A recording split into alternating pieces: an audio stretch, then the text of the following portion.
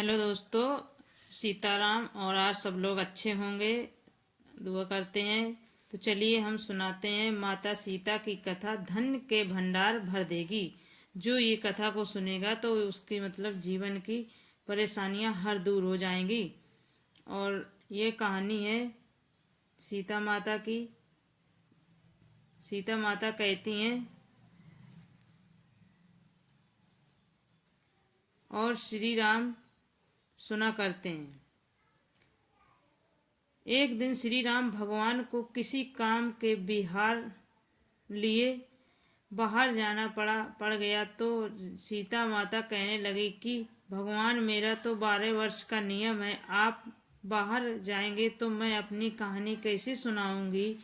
श्री राम कहा कि तुम कुएं के पाल पर जाकर बैठ जाना और वहां जो औरतें पानी भरने जाएं और आए उन्हें अपनी कहानी सुना देना। सीता माता कुएं के पाल पर जाकर बैठ जाती है। एक स्त्री आई, उसने रेशम की जरी से साड़ी पहन रखी थी और सोने का घड़ा ले रखा था। सीता माता उसे देख कहती है कि बहन, मेरा 12 वर्ष का नित नेम सुन लो। वह स्त्री बोली कि मैं तुम्हारा नित नेम सुनूंगी तो मुझे घर जाने में देर हो जाएगी और मेरी सास मुझसे लड़ेगी। उसने कहानी नहीं सुनी और चली गई। उसकी रेशम जरी की साड़ी फट गई, सोने का घड़ा मिट्टी के घड़े में बदल गया।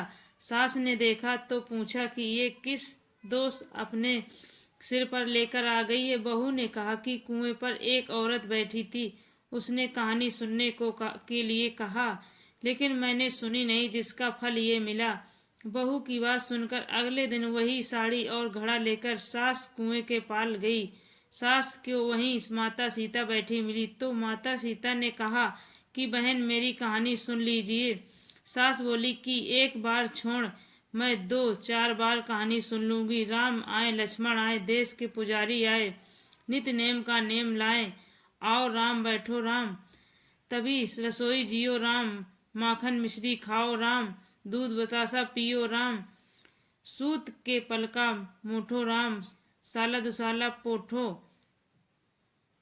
राम, साल दुसाल ओढ़ो राम, जब बोलूं जब रही राम, राम ही राम, सावरे जब के काम, जग के काम समरे, खाली घर भंडार भरेगा, सबका बेड़ा पार करेगा, श्री राम जय राम जय जय राम। राम।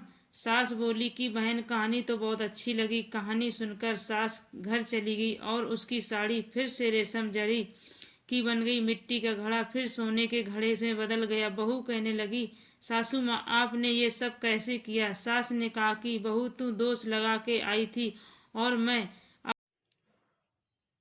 बहू ने फिर पूछा कि वह कुएं वाली स्त्री कौन है। सास बोली कि वह सीता माता थी।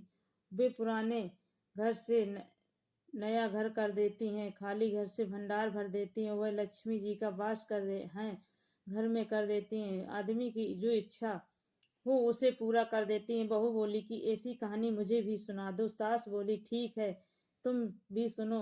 और सास ने कहानी शुरू की। राम और लक्ष्मण आए, देश के पुजारी आए, नित नेम का नेम लाए, आओ राम बैठो राम, तपी रसोई जियो राम, माखन मिश्री खाओ राम, दूध बतासा पियो राम, दूध राम, सूत के पलका मूठो राम, साला दुसाला पूठो राम, साल दुसाल ओढ़ो राम, जब बोल जब रामई राम, राम सवारे सबके काम, खाली घर भंडार भरेंगे, सबका बेड़ा पार करेंगे, श्री राम जय जय राम।